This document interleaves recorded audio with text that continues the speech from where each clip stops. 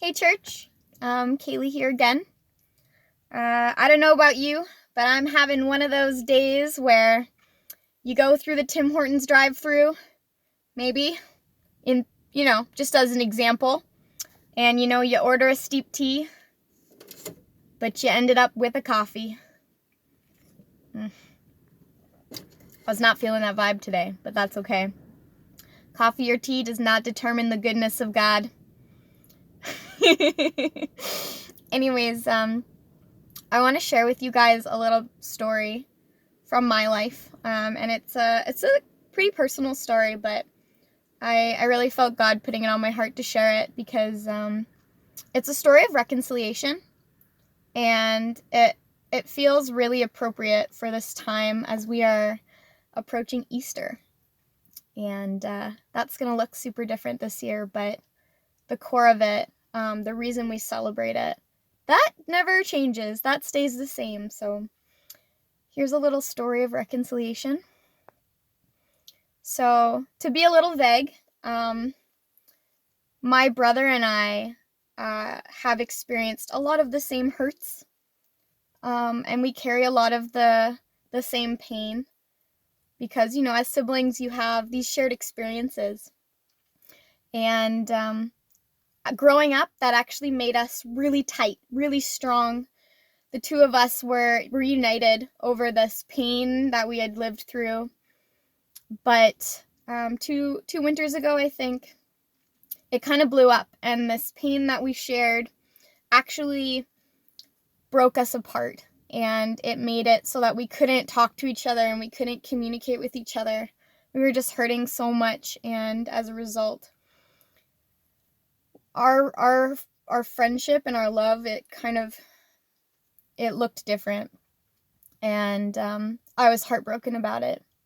I was in agony because this was like one of my closest people. My brother, he's definitely in the top 3 of the most important people in my life. Maybe more than just the top 3, but he means so much, and that friendship and love that we have, it means so much, and that loyalty and that faithfulness we have to each other was something I relied on and needed more than I ever knew until this point when it felt like it was gone.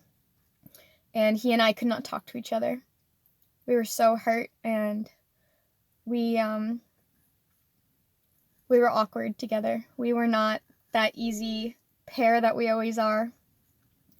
Anyways, it went on for quite a while, for a few months, I think, and I would cry. I was not okay with the situation. I would cry in front of him, and I would beg him to be my brother again. I don't know what I was begging for, and I don't think he knew either, because I would cry through the whole protest, the whole plea, and he was quiet, and he couldn't communicate his feelings and his thoughts, and it was so dysfunctional, and I was in agony. I needed him. I needed that, and I think he needed it too. But we were at an impasse, and it was broken, and I just thought, will this ever be what it was? Will this ever get better? Will this ever be okay again? And I didn't think so. And one night we were at church, and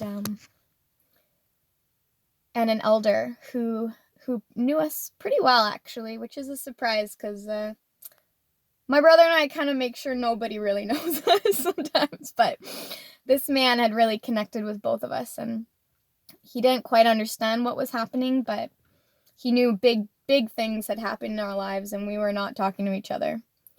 And one day after church, it was kind of late, but he sat down with us, and I was crying, and my brother was quiet and almost crying, and this elder, he sat down with us, and he talked for us. Neither of us could speak to the other, but this elder, he spoke first for me. He expressed the pain that I was going through to my brother, and then he spoke for my brother, and he expressed my brother's love to me. And then he spoke for me again, and then he spoke for my brother again. And this man had a conversation for us by himself. And by the end of it, my brother and I were both in tears. We were both crying, and we didn't say anything. I think we might have confirmed what he said, or we might have nodded, but we ourselves did not offer words. But following that, we drove home in silence together, and the next morning and in the days that followed, our relationship was restored. And what this man did for us was he mediated, and he reconciled what we ourselves could not reconcile. And as a result, my brother and I to this day are closer than ever. And that love is restored. That love never went away, but it can be healthy again. And we can talk to each other again. And I just think about that experience, and I think about Easter. I think about Jesus. And I think about what Jesus did on Easter. Jesus gave up his life for us because we needed reconciliation with God. But it was a reconciliation that we could not achieve on our own. Not ever. But Jesus stepped in, just like that elder stepped in for my brother and I. Jesus stepped in and offered himself and gave his life. And because of that, we have freedom, and we are saved by God, and we are loved by God, and we can walk in light, and we don't have to fear darkness or evil or being overcome. And I think that's important. Yeah. So that's it. Thanks.